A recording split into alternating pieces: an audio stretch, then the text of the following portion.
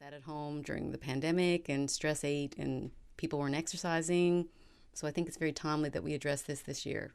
That's true, and especially all the children homeschooling, and you don't necessarily have to go to your PE class in the daytime, and you get your 1 hour of exercise during those COVID curfew hours that we did have here. So I can see where it does rise, and then the parents who are helping their children with homeschooling, there's just not a lot of time for anything very active. So I could see that being an issue, and it is very timely, especially right now with COVID hitting, and we're going to be seeing those health effects happening. And in addition to that, one of our signature programs at Rotary Central is our diabetes initiative. So you've probably seen us at the grocery stores, screening a couple times a year. And childhood obesity certainly is one of those factors that as you age, then more increased likely to have type 2 diabetes. So Right. It seemed to go hand in hand also with one of our other signature programs. Right. And that's an important thing, because we think as an adult, just because we didn't have diabetes as a child growing up, it doesn't mean we cannot get it. And you have to look at your eating habits, what your cravings are, and, see how your body is changing as an adult, because it does change, and it's not as easy to get fit again. So being aware and going through those blood tests, going through those testing for diabetes, seeing, hey, is everything okay here? Very, very crucial as an adult, at least when we get to that stage. Going to childhood obesity, to give our listeners a little bit of information. We have a snapshot of childhood obesity rates from 1987 to 2007. So in 1987 in Cayman, the percentage of childhood obesity was 20.9%. This increased to 31.3% in 2007. What are your thoughts on that? Granted, it is 13 years later, but... Yeah, for sure. So this is actually an HSA report, and they looked at the trend of childhood obesity over that 30-year period. And what they did was they assessed children entering school, so children between 3 and 5 years of age, and they wanted to see what their risk was for being overweight and obese. And as you can see, it jumped up quite dramatically over that 30-year period. And even though the last report was in 2007, you can almost expect it to be just as high or higher, 13 years later in 2020. I can see that with the increase of the processed food, how much of the mass advertising there is for that. Absolutely. Just that good comfort eating, all those images that we get. So it isn't. I can see that growing still. And as Sandy pointed out earlier, with COVID hitting and people being inside and consumed to their couches more, it's a lot more factors that add to it. But for children, what do you think some of the risk factors are that do lead to childhood obesity? So I think you're right about the trend in convenience food and fast food. There's also an increase in sedentary behavior. So that's, the lack of activity, a lot of screen time, all of that plays a huge factor into, healthy development and weight management, especially in children. Okay. There's also a Compass article from 2012. There was a report cited in 2012. The sample size for children in Cayman was 530 children. 33.4% of those children aged 4 to 6 were overweight or obese, which is 1 in 3 children entering primary school being at risk of being overweight and obese. Can you shed some light on that? So that was kind of the most recent report that we could find, was this 2012 report. And, hearing that statistic, 1 in 3 children are overweight or obese entering school. That's such a young age. This is this is the prime time for children to be growing and developing, and weight shouldn't be an issue that we should be worrying about with these very young children. So that statistic was quite alarming to me, especially coming from, Canada, North America, where obesity is a growing problem as well. But, in such an active community here in Cayman, you don't expect it to be as prevalent as it is.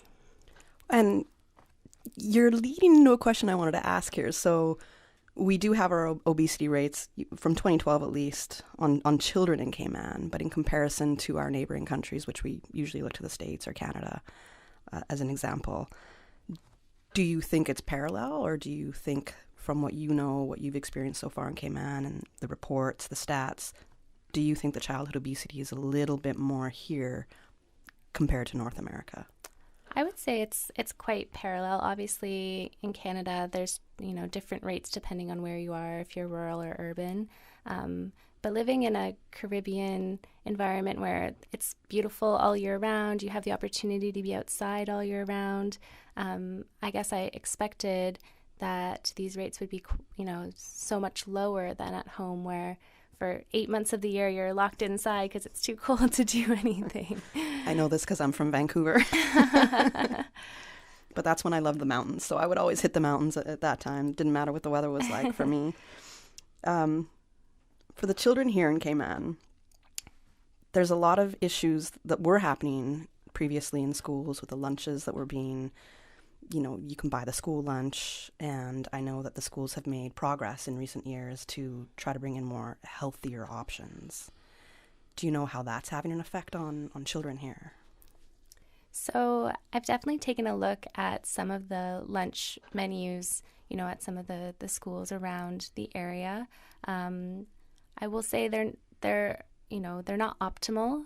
There's maybe been some progress over the years, but what I've heard from a lot of my pediatric clients is even if they do offer a healthy option, most kids tend not to take advantage of that. It's not cool in a sense to eat healthy or to eat a balanced, nutrient-dense lunch. And so then the schools have that, the fight between having kids buy their lunches and then also making sure that they're healthy and nutritious and support a balanced lifestyle. So I can see the difficulties in planning a menu for a school, but we just really need to get that trend towards healthy living, balanced meals that needs to become, quote unquote, cool for kids to want to choose. So how do we get there? That's the trick question. That is the trick question. How do we get there? I think for me, it's increasing what we call nutritional literacy. And so that is having the community have a little bit more information about what a nutritious diet is, how to achieve it, because it's one thing to know how to eat well or to eat healthy, but it's another thing to actually practice that. And, having the food skills to be able to prepare a healthy meal or to pack a healthy lunch or to make good decisions when you're out and about, that is all part of what we call nutrition literacy. And that is quite poor on island as far as, what I've seen so far. What do you think is most misunderstood about nutritional literacy? I think that there is a huge misunderstanding about healthy eating and how, the only way to eat healthy is to spend, massive amounts of money in order to support a healthy lifestyle. And I think that's a huge misunderstanding. I think for a lot of families, they turn to convenience foods because in their minds it's the cheaper option. And I just don't agree with that. I understand that you can get a burger deal from Burger King, but if you're making a healthy meal, if you're making even batch recipes, that money can stretch so much further and you can have a much more nutrient-dense and balanced diet, spending the same amount or less. So I think that's a huge misconception within the community. So if people were trying to best understand nutrition, let's say they don't really know too much about it, they have their meat and potatoes, maybe a little bit of greens here and there, but they don't really know too much. What do you think the best step forward for them to learn more about nutritional literacy would be? And I think that's the hard part is, that the curriculum in school systems, they don't touch on nutrition. Maybe they do, but it's not an effective strategy. It clearly hasn't been effective, so there needs to be a change in the curriculum. But I think engaging in community events, and so that's kind of what sparked this idea between Rotary Central and, my partnership with them, is we want to provide educational sessions, seminars, just so that the community has an opportunity to engage and to learn and to develop this sense of nutrition literacy. So Cayman Nutrition and Rotary Central have come together to hold some sessions around the island to help people understand about nutrition better, plan better, help decrease obesity in children and hopefully in adults as well. Can you tell us about those sessions, how often they happen, well, where they take place? One of the things that Jessica and I spoke about is how best to tackle this problem and go back to the education. I mean, obviously children are taking the lead from their parents. Right. But I think it's important to give some information to the parents, but I also think it's important to talk to children because as an overweight child, I wish that I knew when I was younger what I know now. And I was always very conscious about my weight, and I tried to eat healthy. And I think I probably ended up knowing more than most people my age because I had a weight issue early on. But no one ever really came in and talked about healthy eating, what a balanced diet looked like. So on the education front, we were trying to figure out what programs can we do to address parents and also children. So our first strategy right now is we're trying to target PTA meetings for some of the primary schools. So we have our first PTA session set up for next week with Savannah Primary. Great. And we hope to do other initiatives. We're constantly evolving our program. People come up to us and say, well, we'd like for you to do this, or I think this is a good idea. So if there's any callers out there that have any ideas and thoughts on how we can best address this issue, please reach out to Rotary Central or to Jessica at Cayman Nutrition. Okay, we'll definitely give your contact info at the end of the show for that. Right now we've got to go to a break, but I definitely want to come back to the point that you were talking about, what you experienced yourself as a child and being overweight, what that was like. So we're going to take a break and we'll be right back with our listeners in just a few moments. The Cayman Islands boasts of a long, colorful, and rich history. In tribute to our roots, Radio Cayman, the voice of the Cayman Islands, is pleased to bring you the Historical Vignette Series, brought to you by Rotary Central. For more than 110 years, Rotary members have used their passion, energy, and intelligence to take action on sustainable projects. The Cayman Islands, He hath founded it upon the seas. While the Cayman Islands has long been a maritime abode, it was under Commissioner Alan Cardinal that the pastime of yachting or sailing would come to pass. Commissioner Cardinal started his post in the Cayman Islands on February 14, 1934. In January 1935, the first Cayman Islands Regatta was held in Georgetown, with boats participating from Cayman Brac. Commissioner Cardinal had foreseen that the islands were capable of showcasing their excellent shipbuilding and sailing talents in organized competition. As a means to attract international investors, with the assistance of one Edmund S. Parsons and Lieutenant Colonel B.P. Dobson, Commissioner Cardinal would form the Cayman Islands Yacht Club. In a sign of genius, the Yacht Club was also used to reform the local Boy Scouts, but as Sea Scouts serving in Georgetown and West Bay. By 1937, the Cayman Islands Yacht Club boasted 134 members, with 150 Boy Scouts and Cubs. Radio Cayman's Historical Vignettes was brought to you by Rotary Central. For more than 110 years, Rotary members have used their passion, energy, and intelligence to take action on sustainable projects. Rotary Central Music Extravaganza tickets are moving like a hold glass of swanky on a hot Cayman Brac day. Get your tickets now from Rotary Central members, Rotary Ticket Sellers, eventpro.ky, Funky Tanks, A.L. Thompson's Home Depot, Mango Tree Restaurant, Seabird's Bar, Eastern Avenue, Tashara Lewis in Cayman Brac. Get your golden tickets. Get ready to be a winner. Stand your chance to win $40,000. Second prize $4,000. 6 $1,000 prizes and more. The Music Extravaganza 2020.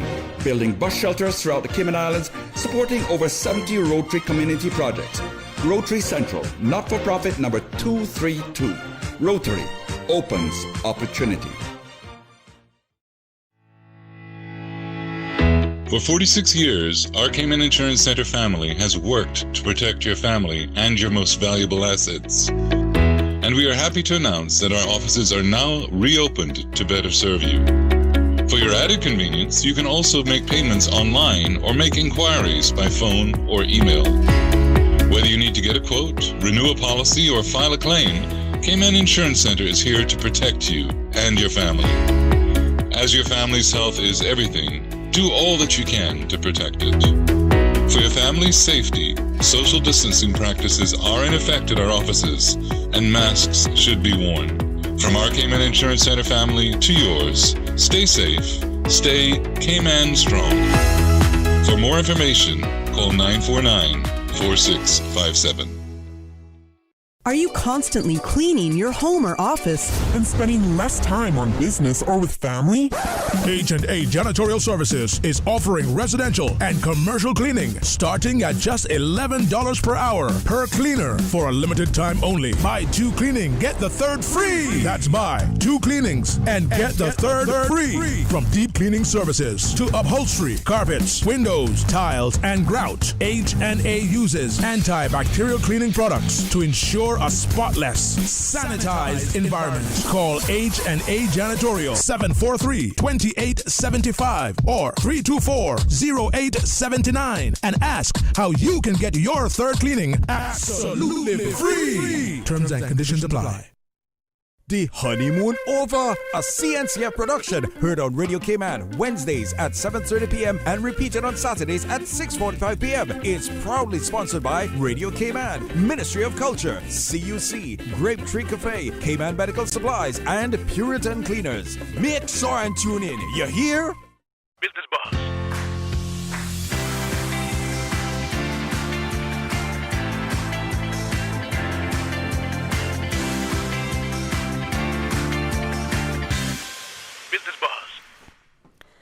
Welcome back, listeners, to the Business Buzz this morning. We are here with Sandy Cram, past president of Rotary Central Cayman Islands, and Jessica Waterworth, registered dietitian and obesity specialist from Cayman Nutrition. Right before the break, we were talking about Sandy's experience as a child being overweight and the difficulties that this imposed on her. And Sandy, what I want to ask you is, as a child being overweight, that's tough enough, because a lot of kids are just running around. You have all this energy to give out, and not all kids are necessarily wired the same. But I can remember from childhood a couple times just being told, because I was in dance, so I was in ballet and jazz, and you have to stay tiny, basically. So I remember being told certain things, and it conditioned my mind in a sense to, okay, I can't eat this much, or I can't eat these things, and I still ate them, which made me feel terribly guilty, and then I wouldn't eat for a long time after that. So it would be like binge eating on the bad stuff. For you as a child being bullied for being obese, what did that do to you? How did that change and affect your relationship with food? That's a very good question, because I've certainly had lots of time to think about that over the years. I think being an overweight child certainly made a huge impact on who I am today. But the bullying, I would think, is the biggest thing that I remember. And even being involved in a lot of extracurricular activities as I was, there was often a uniform. And how many times they go to give out the uniforms and I just didn't get one because they didn't have one big enough for me. And how that makes you feel, because then you're even highlighted further because you're not dressed like everyone else. So it makes you feel insecure, which makes me think about what the mental health impact is on these children. Makes them insecure, depressed. Luckily enough for me, I was a bit more of an outgoing personality, and I don't think it affected me as much as it would other children if they're more timid. Right. But I think that's why I was so passionate about this program, is because I know how much I suffered, and I don't want, it just kills me to see overweight children, because I know how much it impacted me, and I don't want them to be hurt. Do you feel you had the information, or had access to the information, or even knew that you had the options of perhaps eating better or eating more nutritious? Well, we obviously didn't have the online access to things, but Well, we're not all, we did have the internet at that time. But, I mean, this may sound, I don't know if this is a good or a bad thing, but I did end up joining Weight Watchers when I was in grade 5. Wow. And I actually found that really helpful, because they did teach us about all the food groups and your milk and your bread and your proteins. Okay. And I think that was really my first in-depth introduction to what healthy eating was. And I don't like the word diet, But I guess back then it was a diet. And I asked my mother, I want to join Weight Watchers. And that has impacted me because I feel like I am the healthiest eater in my family. Mm-hmm. And I attribute it to that because I was taught early. Oh, now when you say you were taught early as well and you spoke to your mom about it, did your parents offer any advice or really sit and talk to you about it as well? Or was it just something, okay, my child is going to figure this out, or it wasn't something that they ever approached you about?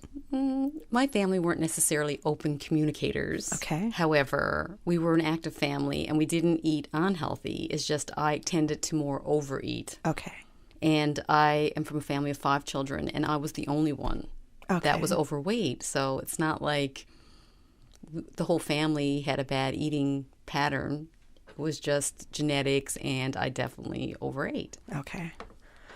Jessica, we were talking about this a little bit earlier as well, but with parents and children talking about nutrition, do you think there's an approach that parents could use that could better inform their children to make better eating habits?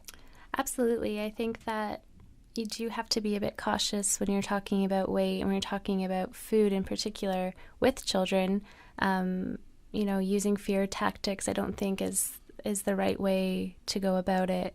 Instead, I encourage a lot of my families to talk about food as fuel for your body.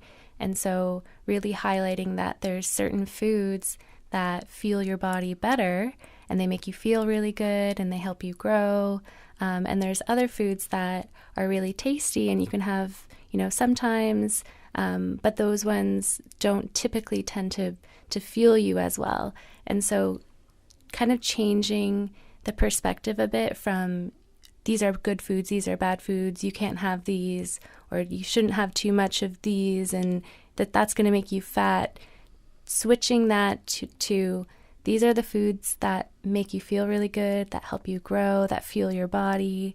Let's try and eat lots of these types of foods because ultimately these are the ones that are going to promote your health. And I think slowly that just needs to change within parents and communities when speaking about food in front of children. And I think it starts with the parents too. At my age now, I'm just learning more so about nutrition. So I thought, okay, I could eat this and everything will be okay. And now I'm seeing how I'm reacting differently to certain foods. And as you said, what food I can eat that does fuel my body. So I have a fitness coach. And he'll be like, you got to eat this because it's going to give you the energy that you need for this. But stay away from these foods at this time, for example. It's not working for you. And at this time in my life, I'm only learning about it. If I had this information and guidance, even from childhood, I think it would be a lot. Maybe I'd have that professional sports career that I've always dreamed of. Who knows? But it is important to get that information at whatever time and just share it with each other. If we're looking locally, because a lot of us like to go online. I go all the time. I was saying I go to WebMD all the time, and next thing you know, I think I have all these other sicknesses. So, which can be dangerous. So going online at times can be a little dangerous when you're looking for information because you can be overloaded and it's not necessarily addressing exactly what you're looking for. So if we're looking for information locally, what would you recommend? Absolutely. So I completely agree. A lot of people turn to Google or, social media to find nutrition information. And I'm sure we can all agree that there is a lot of information and there's a lot of contradictory information. So, no one really understands what is a healthy diet, what does a balanced diet actually entail. And so I really encourage people in the community to reach out to the professional services available. There are many dietitians on island. To see a dietitian, everyone has insurance coverage, and so that's something that you can utilize. And also engaging in, community programs, and hopefully, as Rotary and I start to build up some, an agenda in terms of our sessions and our community programming, take note of that and attend and learn. I think there's going to be some more opportunities available, but if you are interested in seeing a professional, there are many dietitians on island who would be happy to discuss further. And if you have a child, or even if for you yourself, obesity, how do we define that? How do we suspect, I think my child might be obese now, they're on that verge? As a parent, how do you gauge that, and what would be your next steps? So I think if you're seeing a doctor regularly, they're taking measurements.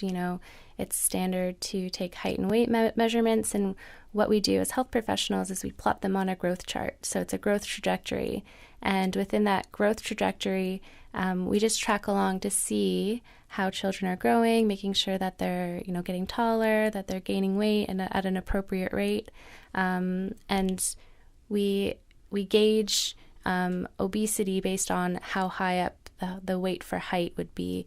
And so that's similar to what for adults we would call a BMI. But for younger children, we tend to kind of use that growth chart to indicate whether a child is at risk of being overweight or obese. And so that's kind of the technical way of how we define obesity in children. But really, it's looking at that trajectory of growth. So it's very rare that we would say, this child needs to lose weight. It's more so let's try and maintain the weight that they're at so that their height can catch up with their weight, if that makes sense. Yeah, absolutely, it does. I feel some of those charts, if I have to put myself on them, are very outdated. Because apparently, in some of those charts, it'll be like, you're obese. And I look at myself and I'm like, there's absolutely no way that I am. So sometimes I feel these charts can be deceiving. So how do you really know?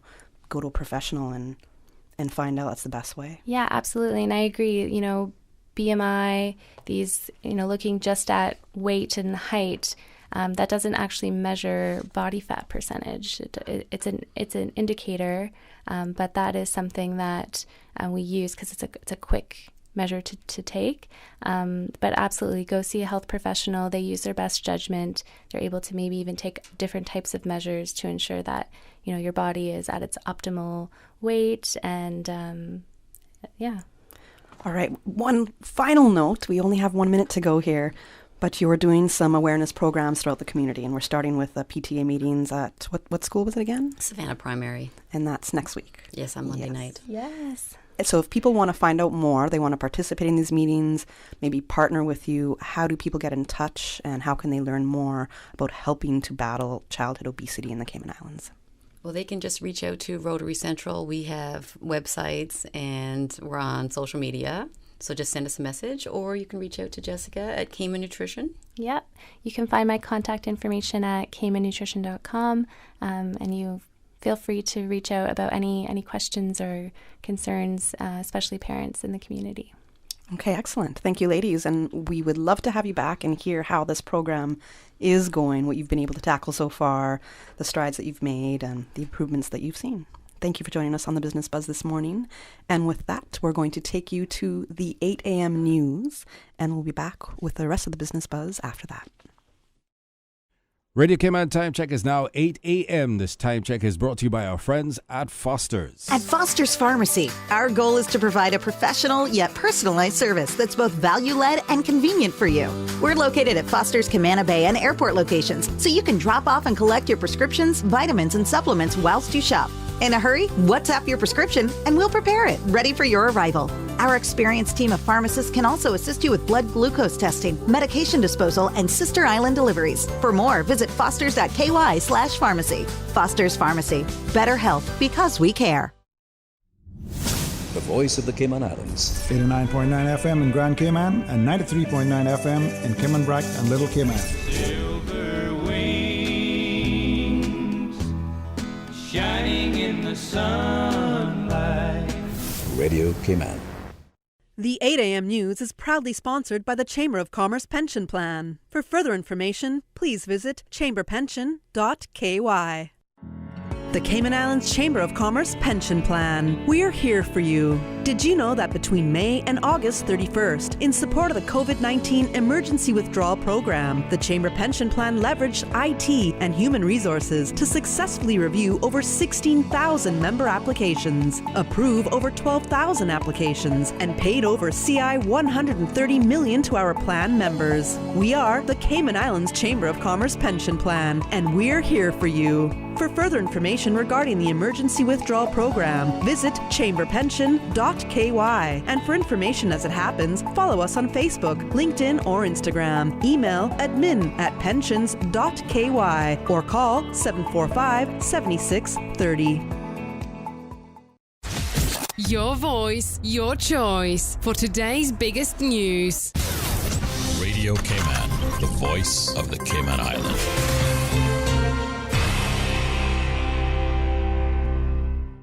With your latest news, I'm Carsley Fuller. Jellyfish advisory. The Department of Environment has been seeing on social media reports of people being stung by jellyfish. This is not atypical for this time of year, as Cayman does have jellyfish in its waters year-round. The DOE says thankfully they're not particularly common. However, anecdotally, after or during a southerly wind in the summer, you are more likely to encounter stinging zooplankton along 7 Mile Beach. This year, the culprit appears to be adult jellyfish and not sea itch. The DOE says it's not sure what type of jellyfish is causing these current reports of stings, and it's not generally possible to tell what stung a person from the result of sting marks. Jellyfish and sea itch are often unpredictable when it comes to giving locations and timing guidance, so the DOE isn't giving definitive guidance on when and where members should be in or out of the water. However, if you are stung by a jellyfish, you are encouraged to speak to your doctor or a medical professional about any action that should be taken, and you should avoid using fresh water, as the difference in salinity may trigger the stinging cells on your skin to sting again. The Youth Services Unit has extended the deadline of the submission of nominations for the Proud of Them Round 12 through October 31st. The annual Proud of Them Award scheme recognizes excellence among youth in the Cayman Islands, and all young people between 10 and 25 are eligible to be nominated.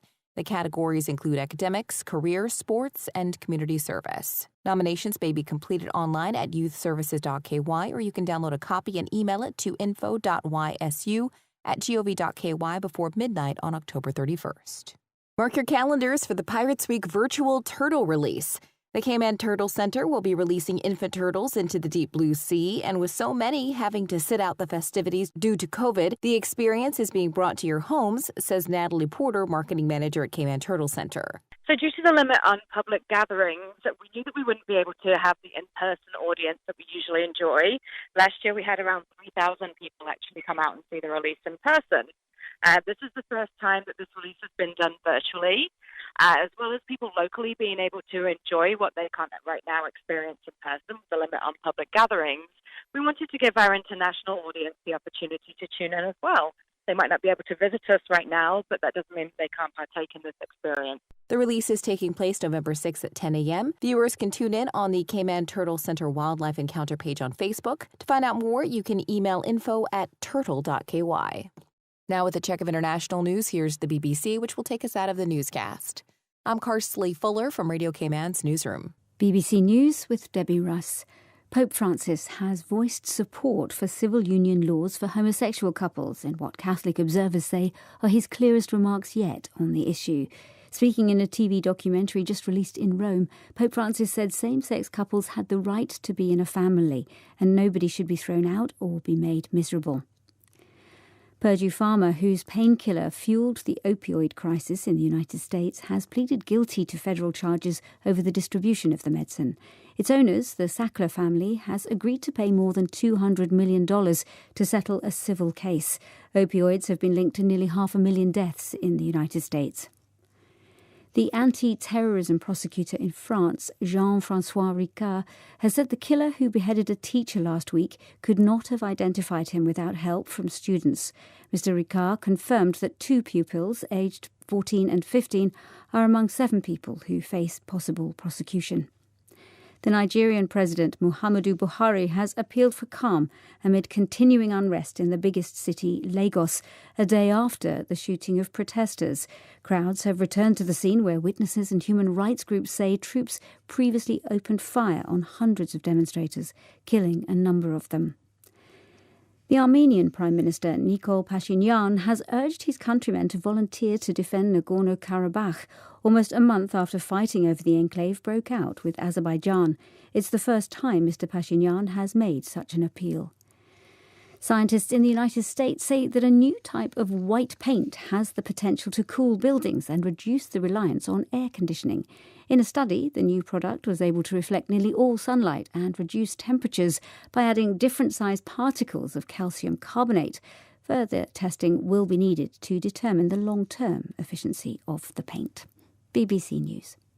The 8 a.m. news is proudly sponsored by the Chamber of Commerce Pension Plan. For further information, please visit chamberpension.ky. The Cayman Islands Chamber of Commerce Pension Plan. We're here for you. We are a not-for-profit, member-centric plan with a democratically elected volunteer board of trustees representing all sectors of the Cayman Islands economy. We have an all-in expense ratio of less than 1%, over 20,000 members, and $490 million in assets under management. We were the first multi-employer pension plan approved by the regulator in the late 1990s, and today we are still strong, secure, and are here for our employees and employers alike. If you would like to join or require further information, visit chamberpension.ky. And for information as it happens, follow us on Facebook, LinkedIn, or Instagram. Email admin@pensions.ky or call 745-7630. The Cayman Islands Chamber of Commerce Pension Plan. We're here for you. Stay in touch with Radio Cayman for the latest in news and information.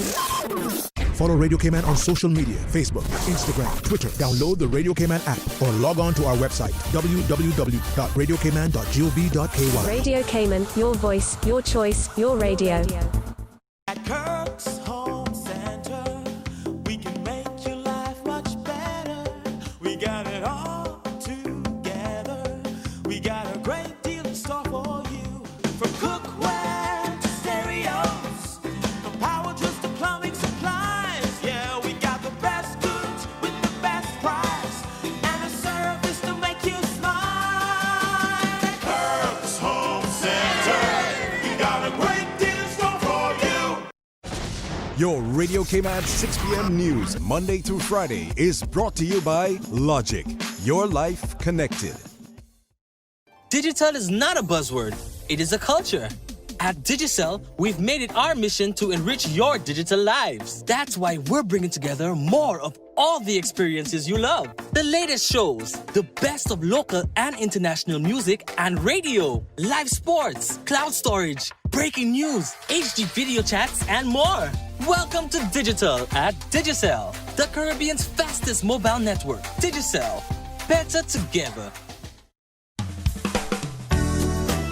Good morning, Cayman. Let's take a look at your latest weather. Present temperature 81 degrees Fahrenheit, but it feels like 91.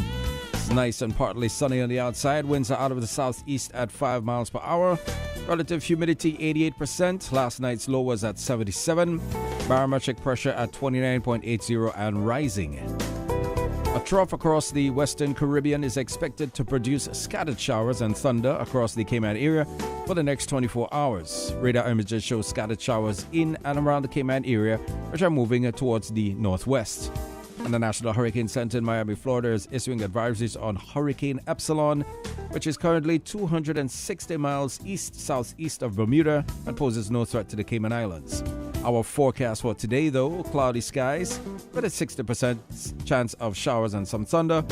Showers may become locally heavy at times, leading to possible flooding of low-lying areas. Temperatures will rise to the upper 80s. Winds will be east to southeast 5 to 10 knots with higher gusts. Seas will be slight with wave heights of 1 to 3 feet. Later tonight, cloudy skies, similar chances of showers and some thunder, 60%. Showers may become locally heavy at times, leading to possible flooding of low-lying areas, especially in Cayman Brac and Little Cayman.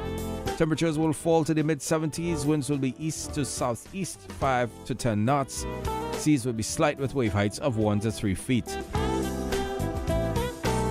Low tide is coming up in the next 16 minutes at 8:36 this morning. Then it's going to be high at 3:58 this afternoon, and then low at 10:29 tonight.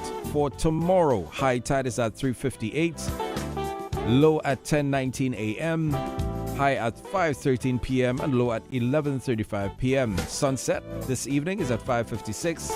Sunrise for Friday morning will be at 6:23, and the outlook through Saturday morning is for continued cloudiness with scattered showers as the trough lingers over the northwestern Caribbean. That's the latest weather as provided by the Cayman Islands National Weather Service. During these unprecedented times, Radio Cayman, the voice of the Cayman Islands, is pleased to bring you the Cayman Strong Series. The Cayman Strong Series is brought to you by OnCourse Cayman. Visit oncourse.ky to view a full list of wellness services and their qualified team. OnCourse Cayman, health, wellness, and happiness.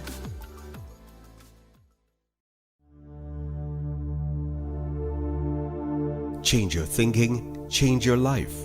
Staying focused on your long-term goals is crucial. As motivational speaker and author Mel Robbins said in her book titled The 5-Second Rule, it's a numbers game. To play any game, you have to start. To win, you need to keep going. If you want to make your dreams come true, get ready for the long game. Life is not a one-and-done sort of deal. You've got to work for what you want. Life is gritty and hard, and then suddenly it's brilliant and amazing. Change your thinking. Change your life. These days, feelings of loneliness, anxiety, stress, and depression can be overwhelming. Just know you are not alone. OnCourse Cayman offers private mental health services for children, teens, adults, and groups. Visit oncourse.ky to view a full list of wellness services and their qualified team. OnCourse Cayman, health, wellness, and happiness. Radio Cayman's Cayman Strong Series was brought to you by OnCourse Cayman. Visit oncourse.ky to view a full list of wellness services and their qualified team. OnCourse Cayman, health, wellness, and happiness. The deadline for the Proud of Them nominations has been extended to October 31st. So if you know of any young person between the ages of 10 and 25 that excel in academics, business, culture, community service, careers, or sports, visit youthservices.ky to get them nominated for a billboard today.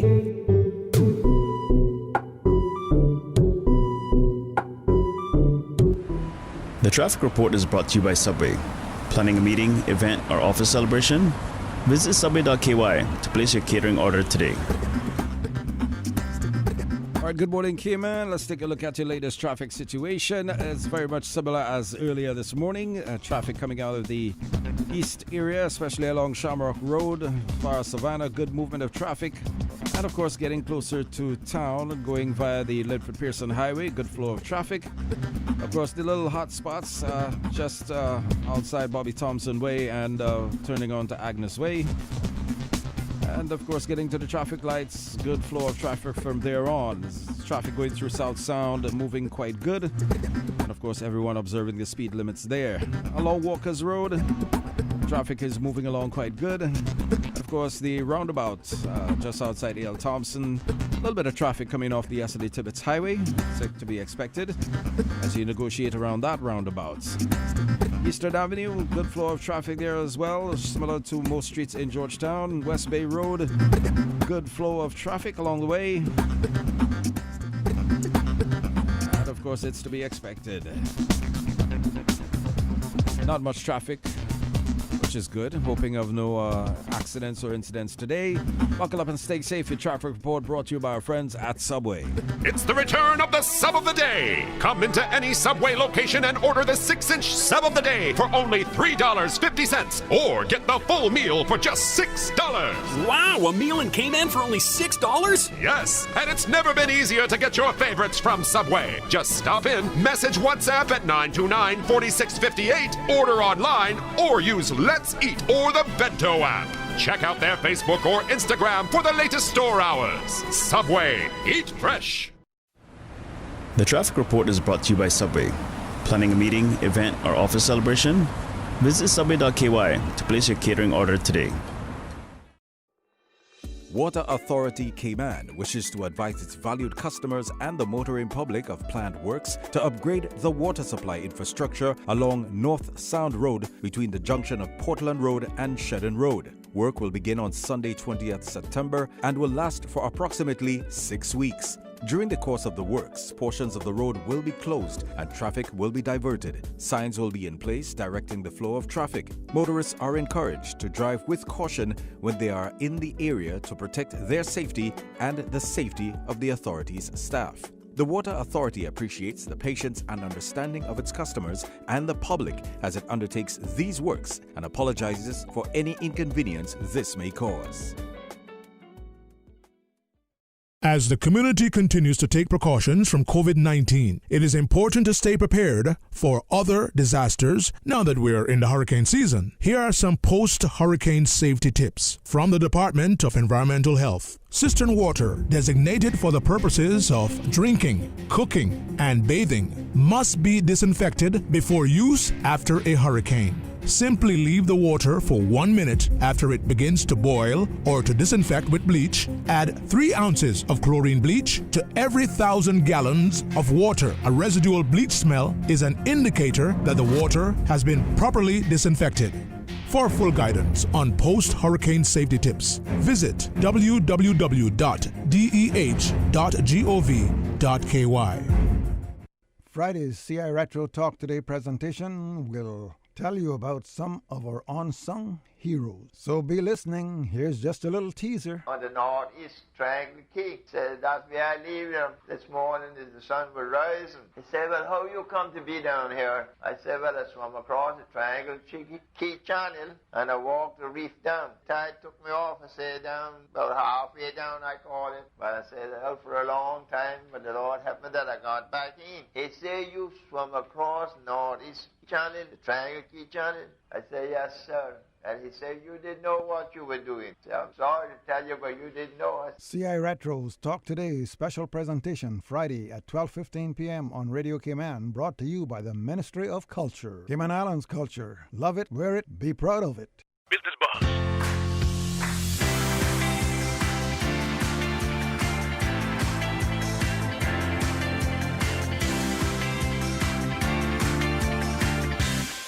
Business Buzz. Good morning and welcome back to Radio Cayman's Business Buzz, brought to you by Cayman Medical Supplies and Cayman Insurance Center. On the second half of today's show, we're going to be hearing all about the R3 Cayman Foundation. Visiting with us is R3 Chairman, Mr. Brian Hunter. Welcome to the show, Brian. How are you doing? I'm good, Kathy. Thanks very much for having me on. No problem. And I know I've seen you here before, but as I said when you first walked in, you know, Brian, you used to hand me trophies years ago in basketball. So that's how I really remember your face. You've been very involved in many community things. I have. I was president of basketball quite a while ago. So yes, we have met. Good to see you again. Thank you. and now you're back in other community initiatives. So you're here for R3 Foundation. Yes, I am. Tell us about what R3 is. Why was it established? So R3 was formed in May of this year in response to the COVID-19 pandemic, but with a much broader objective of helping the islands to prepare for, cope with, and recover from all forms of man-made and natural emergencies and disasters. And we were formed with an initial grant of $1 million CI from the Kenneth B. Dart Foundation, which also came with a pledge from that foundation to match donations from other third-party donors of up to another $4 million. You just threw a lot of big numbers at me, Brian. So early in the morning, that's a lot of money. That's a great thing. Yeah, it was a very generous contribution from the Kenneth B. Dart Foundation, and certainly got us off on the right foot and put us in a good position to make a very positive impact right from the get-go. So $1 million as your first donation for R3 to get started and get ready and to go into operation. How do you get $1 million off the get-go? So, as I said, it might be a bit of an intrusive question there, but many charities find it hard to fundraise and they'll put on a lot of events, but perhaps it's your knowledge of being involved in so many different community things over the years that you know how to approach people. But yeah, how were you able to gain that grant? Well, to be honest, the Dart family were behind the setup of the foundation or of the R3 Cayman Foundation. So they, were very much committed to its success. So that's why they provided that initial grant and that ongoing pledge. So although they were very much behind it and wanted to see it succeed, they also wanted it to be set up, and it has been set up as an independent body that's run by an independent board over which they don't have oversight. But as I say, they really wanted to see it succeed, and that's why they were willing to put so much funding behind it right from the get-go. And non-profit organization, right? Non-profit organization, yes. So you have a board, as you were saying, an independent board. Mm-hmm. Can you tell us about this board and the committees that are part of R3? Sure.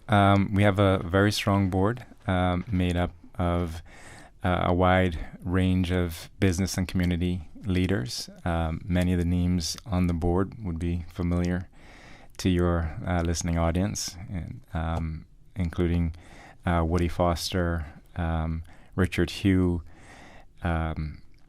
Joanna Bodden-Small, Sheena Hislop, Nikki McCoy. I'm probably going to forget some. You've named some great business people in the Cayman Islands that are very active in community initiatives. Yep. No, we're very fortunate to have such strong members of the board, and we've put a lot of focus into the governance structure of the foundation. We think we have a very strong governance structure. So in addition to the committees that you would normally expect to see in a nonprofit, such as a finance committee and a marketing and a PR committee and a fundraising committee, we have a committee for each of the areas that we focus on: readiness, relief, and recovery. And board members serve on all those committees, and we also, in addition, have individuals with specialist expertise serving on each of those committees as well. And in addition, Richard Coles, who's a former Attorney General, he is the supervisor of the foundation, and the governor, His Excellency, Mr. Martin Roper, he is the principal, and under our Constitution, the supervisor can appoint directors and remove them for breach of duty, and the governor can appoint the supervisor and remove him for breach of duty. So again, we think we have a pretty strong team and a pretty strong governance structure as well. Why was the governance structure important for you to get right? Well, we wanted to give confidence to potential donors that their money would be put to good use. They could have confidence that when they made a donation to us, not only would it be directed to the right causes where it was needed most, but also that it would be put to the most effective use possible. So that's where that motivation came from. Accountability and transparency on how everything's set up. As chairman, what's your main role, responsibility? Typical role for a chairman to make sure all the committees are functioning correctly. There's good communication between them, because there's a fair amount of overlap between what they do.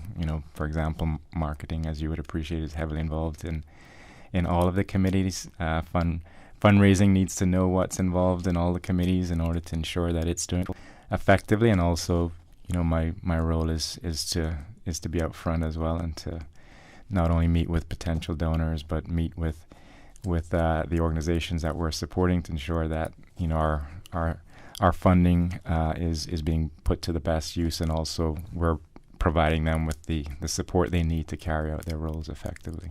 Okay. Now, R3, you said briefly that it stands for Readiness, Relief, and Recovery, correct? Correct.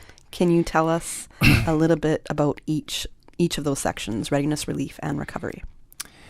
Sure. So, as I think I mentioned at the beginning, our focus right now is on COVID, providing support to the islands to cope with and recover from COVID. But we're also focused on helping the islands prepare for the current Atlantic hurricane season and future hurricane seasons. disasters. And, readiness is about preparing us for the next disaster. God willing, we won't have another one, but the likelihood is we will at some point. So helping us get ready for the next emergency or disaster, whatever that may be.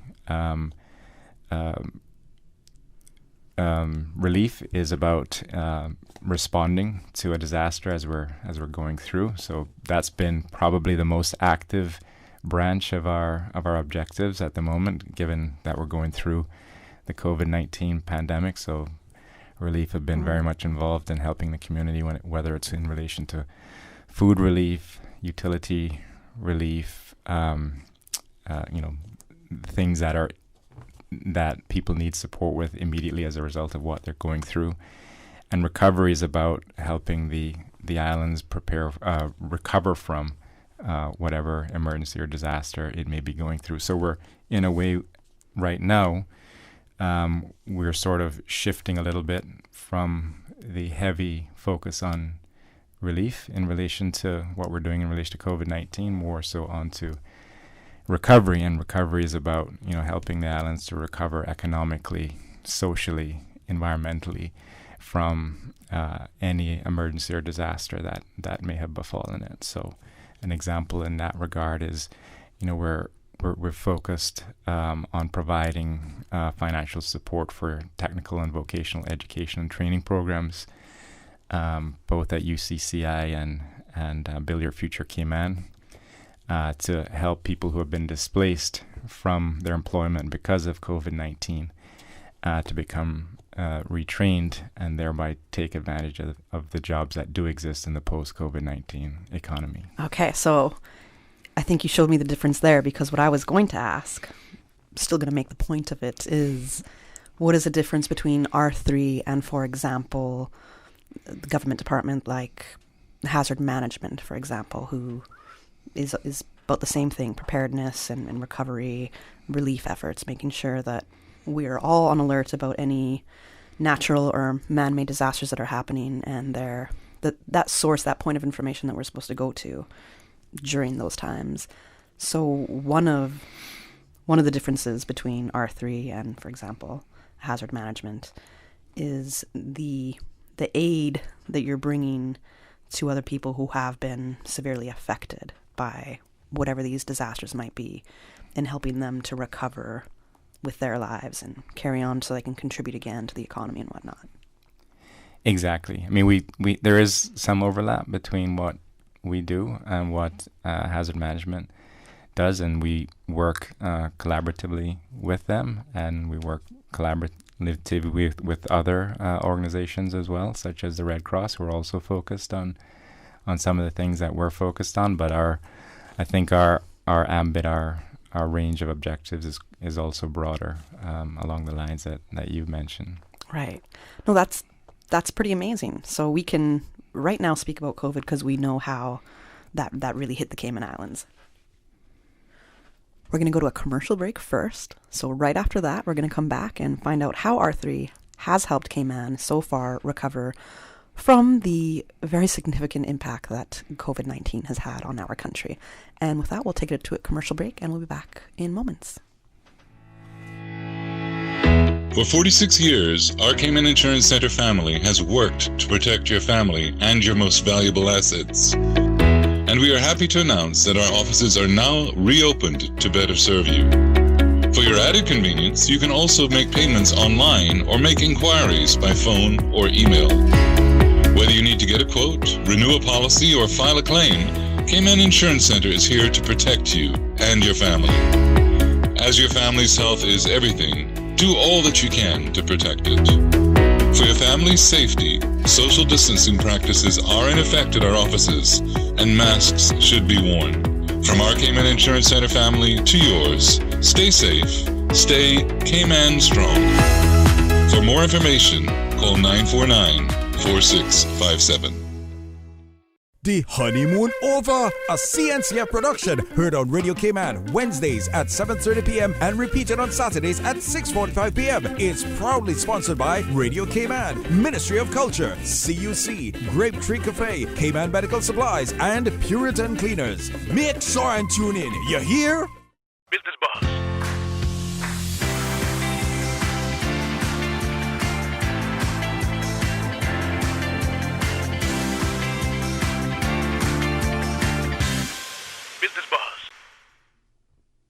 All right, welcome back to the Business Buzz. We are here with Chairman Brian Hunter for R3 Cayman Foundation.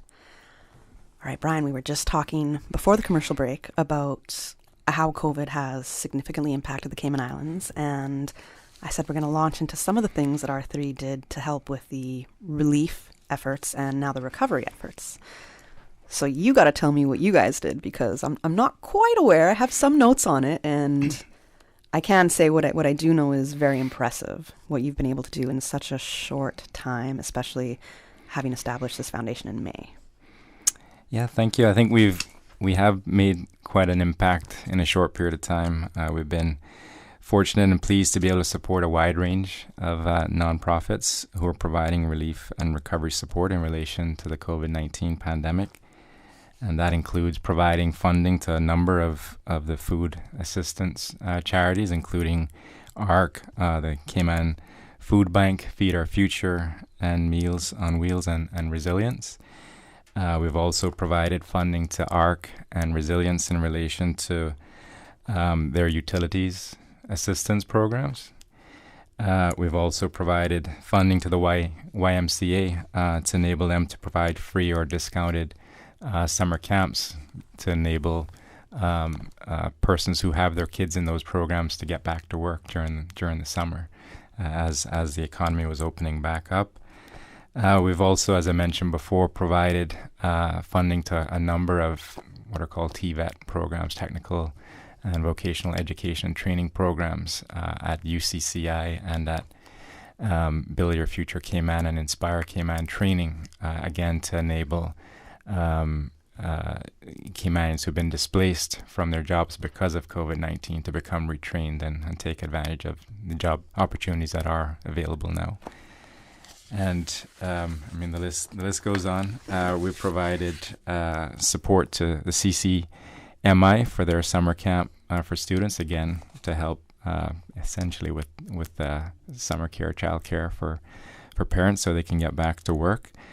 And we provided funding to the Alex Panton Foundation for their emotional literacy program, which is about providing, support for young people who've been impacted from a mental perspective from the COVID pandemic. And we've also provided funding to the Red Cross to enable them to prepare their COVID-19 back-to-school transition and education program, and to provide counseling packages for children and adolescents. And then most recently, we provided funding to Hazard Management Cayman. Oh, wow. To support various strategic readiness initiatives that they're focused on. So overall, we've donated roughly $750,000 since we've been formed in May. Oh, wow. $750,000. Mm-hmm. And all of that aid since May, R3 Foundation has been able to assist with. Exactly, yeah. That's very amazing. You have a very strong team behind you. We do, and as I say, we're very fortunate to have that team, and also to have the funding that we have to make a positive impact right off the bat. So I'm curious, because most charities do their own fundraising. For example, well, from what I experience here in Cayman, it's usually their own fundraising. Sometimes people will team up together and do a fundraising initiative of some sort. But from what I'm gathering, at least a little bit of information that I could see on your website and from our conversation here so far, R3 is able to help raise funds to be able to distribute to other charities that are in need. Why this approach? And as opposed to just letting those charities raise their own funds and carry out their own initiatives, which I think is a great approach, what you're doing. But why this way? Sure. Well, a couple of reasons. One, I suppose, is What we're trying to do is, first of all, identify the various areas of need that exist within the community. And we do that from time to time. We do our research from time to time on the areas of need that exist, and we use that to inform our approach when it comes to providing support. If you could tell me, or tell our listeners as well, what you think some of those major areas right now of need are. Well, I've mentioned some of them already. There's food support, utilities support, support for kids who needed support when it came to participating in remote learning. It's support, as I mentioned, in relation to getting Caymanians re-employed. And a lot of this is due to COVID-19. A lot of it is due to COVID-19, and then obviously preparing for the possibility of a hurricane, not only this year or next year. So, and at different stages, different needs arise. At a given point in time, there was a need for support with repatriation flights, for example, and we provided some funding for that effort as well. Provided funding to the government for that effort as well. So, as I say, we look at what the needs are from time to time. Then what the next step is, we look at whether there are any NPOs that are providing support and doing a good job at providing support in a given area of need. And if there are, then rather than reinventing the wheel and providing support directly, we look to partner with those NPOs to provide support in those given areas of need. And then if an area of need is not being covered, for example, repatriation flights, we then decide whether we're going to support that need directly or whether we're going to partner with a service provider to support that need. And one of our main motivations, or I guess reasons for being, is that one, we're unique in that we have this commitment from the Kenneth P. Dart Foundation. Absolutely. To match donations from third parties up to $4 million. Secondly, we're looking to help NPOs in terms of raising the bar, in terms of raising their standards of governance, and that's something that we're heavily focused on as well. And then another key factor is we're looking to, for those NPOs that we're supporting, we're looking to reduce the amount of time and effort they have to put into fundraising so that they can focus on what they do best, which is to address the relevant issues and causes that they were established to address in the first place. I kind of like this. I think that's a very good partnership because from what you told me in those numbers in the beginning and the $1 million commitment that you received at the very beginning from the Kenneth Dart Foundation, was it? Mm-hmm. To help start R3 and drive you guys so far, I feel like you do have the right connections. You know who to talk to, because it is a big problem. It can be really hard for people who have a smaller charity or foundation of a sort to raise money and to have volunteers and people help them carry out the initiatives that they're trying to do. So to be able to go somebody with more of an expertise, perhaps better relationships, knowing how to get in touch with the real money-making decision people, which is always the important person you have to talk to. Right. You do not want to talk to the gatekeepers, and that's a lot of the time what can happen. So you guys are very much able to help in that sense.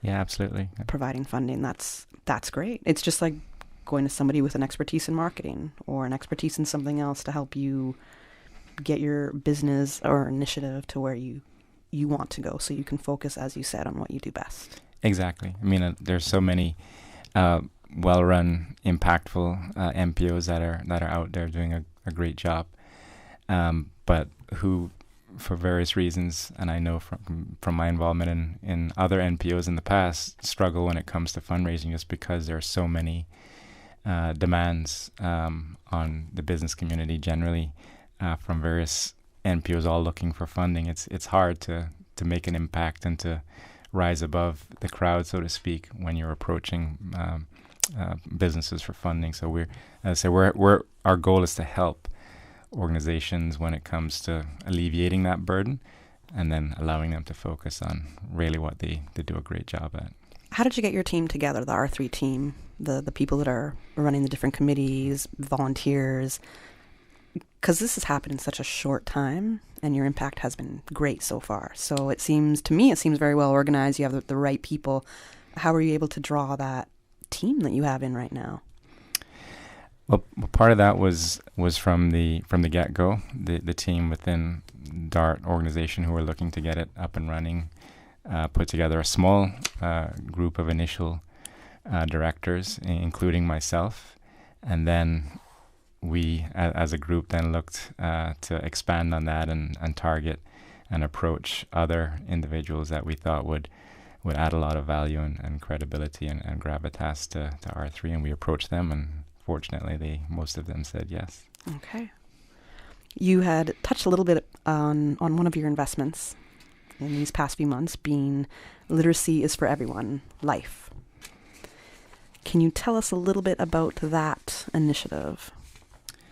Sure, that's one that we're proud to be involved with. Their initiative, Education for Everyone, which was one that they ran in partnership with the Ministry of Education, provides children in need with laptops and internet access to enable distance learning. The success of the program inspired the Ministry of Education to launch a one-to-one laptop program to provide laptops to all government school students for use at home and at school.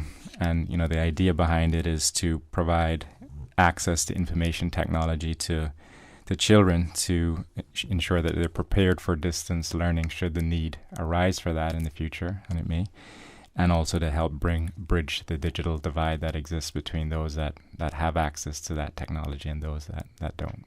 I think especially the last point that you made with the digital divide,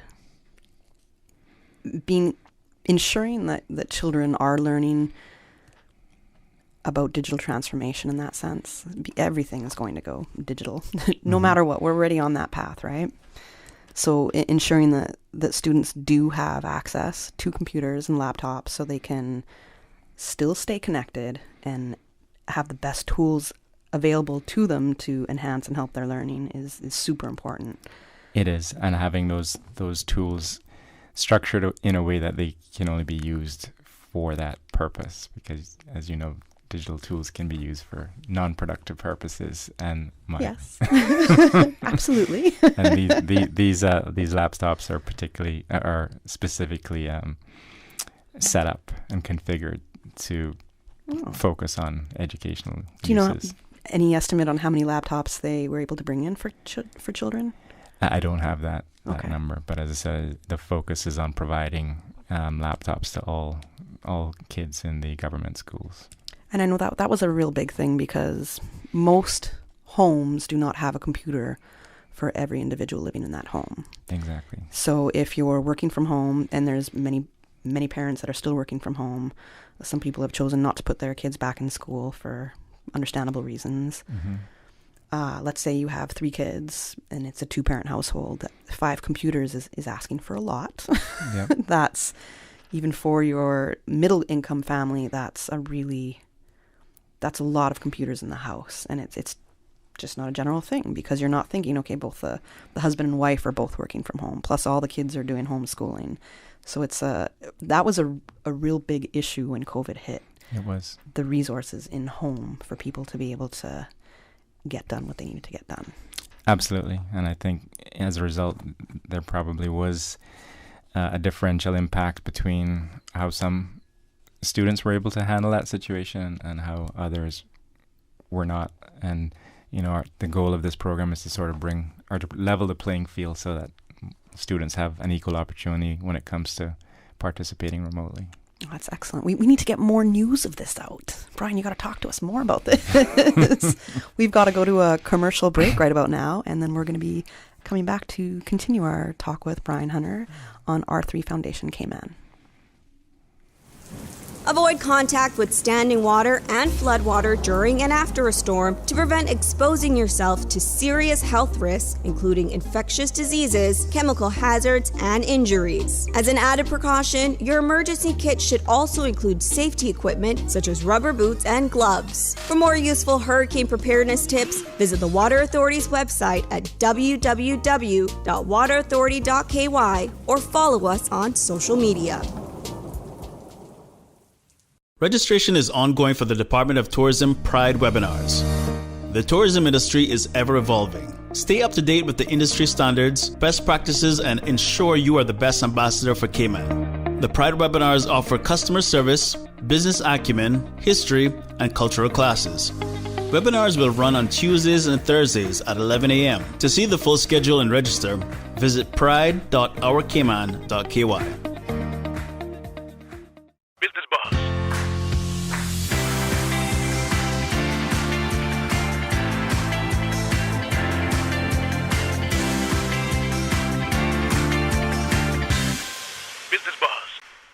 All right, welcome back to the Business Buzz. I am here with Brian Hunter from R3 Foundation Cayman, and today I am your host, Kathy Miller, filling in for Anita Khan. All right, Brian, so we were talking about what R3 Foundation has been doing in the community so far since you've been formed in May, and it's been pretty amazing. So if our listeners have missed out so far, I definitely encourage you to check out their website. Can you give us your website info? Sure, R3Foundation.ky. Perfect. So you can see some of the initiatives that they have been involved with so far, and it's more than a handful. More than 2 handfuls. I can tell you that so far. It's very impressive so far what they've been able to do in Cayman. Now you said earlier, Brian, that you look at different charities and what they're doing and seeing what they need assistance in. And as I said, it can be really hard for charities to do fundraising. So knowing that, hey, R3 Foundation has some grants set aside to help us out. If I had a charity, how would I go about contacting R3 to see if I can get some of that money that you have? Sure. So, excuse me, the first thing would be to go to our website, which, as I mentioned, is r3foundation.ky, and you would download the application form for grant requests from that website. And then once you put together the material or information that the application calls for, you'd submit it to us by email. And our email address is on the website as well. What criteria are you looking for? So that's an involved point, an involved question. I mean, the first thing that we're looking for is to ensure that the causes that a given applicant supports are aligned with our objectives, which, as I mentioned before, are to focus on, readiness, relief, and recovery in relation to emergencies and disasters. So once we've established that point, that the organization is aligned with our objectives, the next thing that we consider is whether the application is seeking support in relation to an area of need that we are currently supporting, because as you would appreciate, given the wide range of needs in the community and the relatively limited funds that we have to hand at our disposal, we have to prioritize the areas of need that we are supporting at a given point in time. So we might not support an area of need right now, but maybe we're supporting it next year, depending on what the priorities are. So that's the next step. Then the next thing we look at is the nature of the applicant's financials, governance, and policy and procedures. And when we're looking at that, we're trying to establish whether the organization is a well-run organization that observes best practices.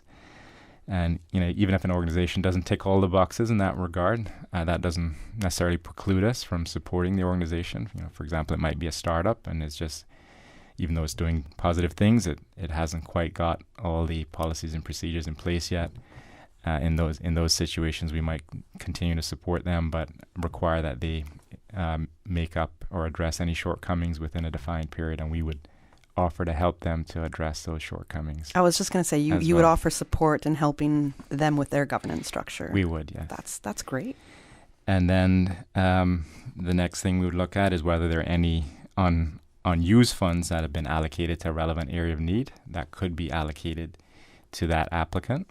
Because, although we might have a certain amount of funding allocated to an area of need, it might all have been used in the relevant periods.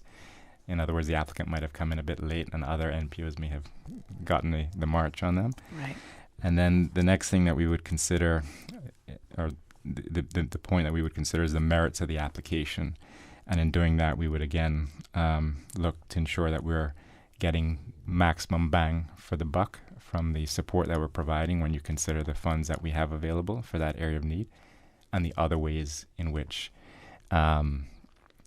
that area of need could be addressed. So the point there is that you could have an applicant that's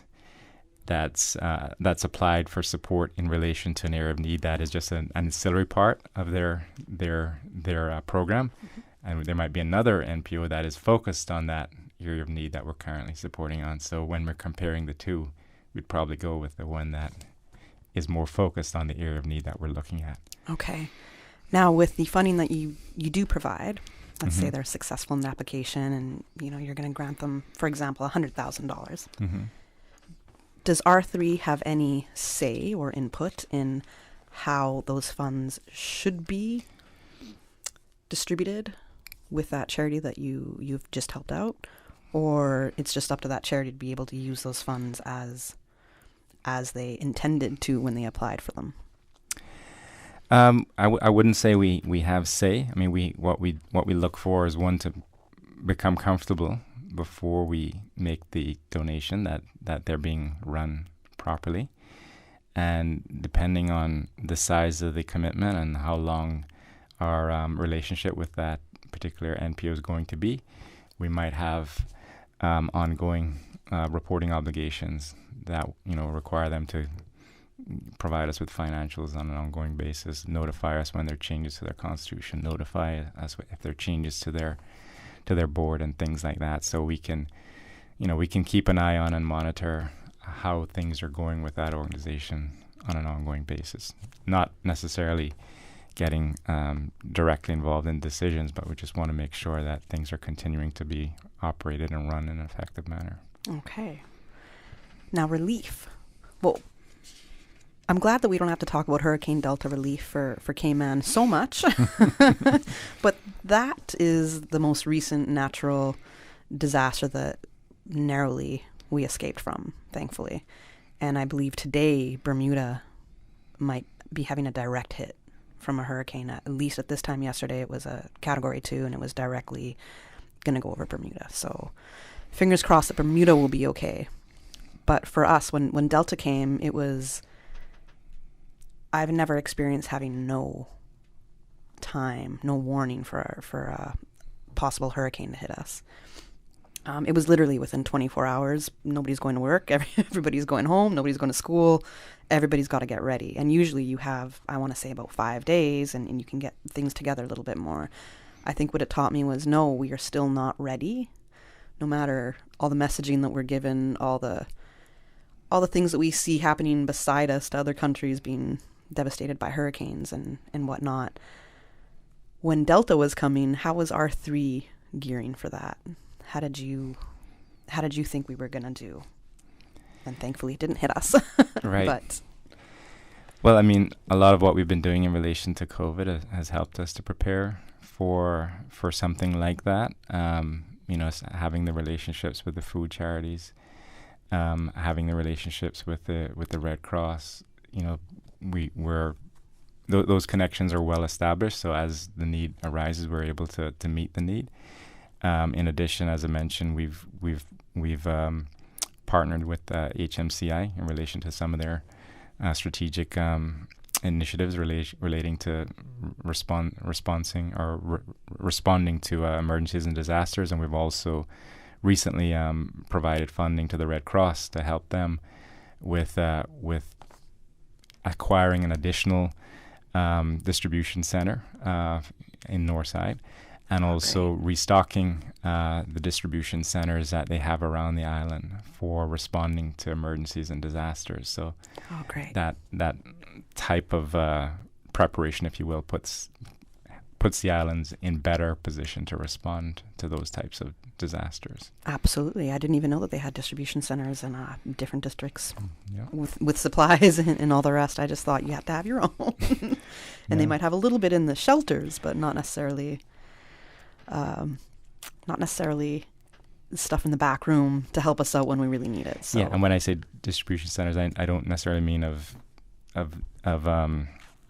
foods and whatnot. I mean things like tarps and things that people would typically need right after an emergency or disaster. Right, maybe they lost their home or whatnot. Okay, okay, got it. Is there any main points you would want our listeners to know about R3? And if they want to perhaps volunteer with R3, what would you tell them?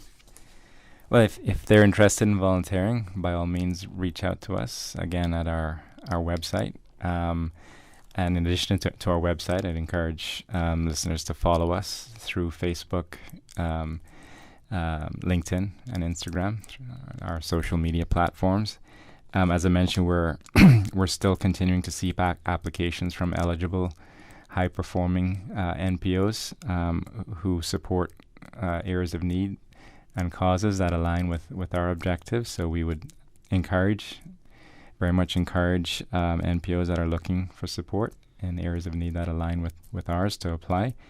And if anyone is looking to donate, we're actively seeking donations as well. So we'd encourage persons who are interested to reach out to us and take advantage of the unique feature of our charity, which is the commitment by the Kenneth B. Dart Foundation to match donations, which, for a donor that wants to support one or more causes that align with our objectives, this provides them with the opportunity to double their impact, which doesn't exist in many other charities. And then last thing I want to focus on is our governance structure. To potential donors, I'd like them to take comfort in the strength of our governance structure and the strength of our board, and to know that we're focused on ensuring that our funding is directed to where it's needed most and that it will be put to the best use possible.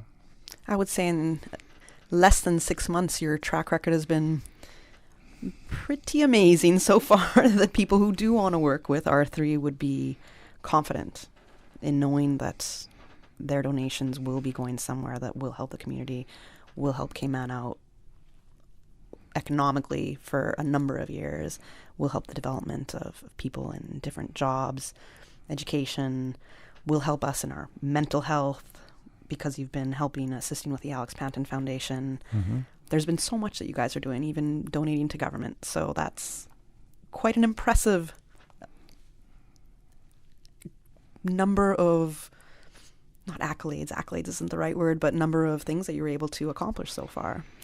Yeah, no, we're so you guys are working. We're working hard, and we're proud of what we've accomplished in a short period of time, but fully recognizing that there's a long way to go, and there are lots of needs in the community that still need to be addressed, and we're looking forward to working with the MPOs that can help us to address those needs, and also with donors who are looking for ways to support the causes that are near and dear to them in the community. And donors as well would be able to go to your website and find out how they can become a donor to participate in R3's initiatives to help the rest of the country. Yes, they would. We have a section of the website that's focused on that, and we have accounts with Butterfield Bank and Cayman National Bank, and the details of those can be provided on request. Okay, on request. So even if me, little old Kathy with her small bank account, I can still say, hey, I want to give $1,000, for example. Of course. That would be very generous of me, I'm going to say, to R3 Foundation. Of course. I could do that just as a regular citizen. Yeah, anyone can make a donation. That's great. Okay. So if you're interested, by all means, reach out to us through our website. Okay. Anything you want people to know? You got less than a minute. No, I think we've touched on most of the things that we wanted to emphasize. Again, we're trying to help MPOs do what they do best, and provide funding to them so that they can really do what they do best and help us get through COVID-19 and whatever other emergencies or disasters may befall us in the future. God willing, there won't be many, but... No, hopefully not. We've somewhat had a lucky year here in the Cayman Islands, and even though we're not quite through the year, hopefully that momentum of luck will continue for us, for sure. Yeah.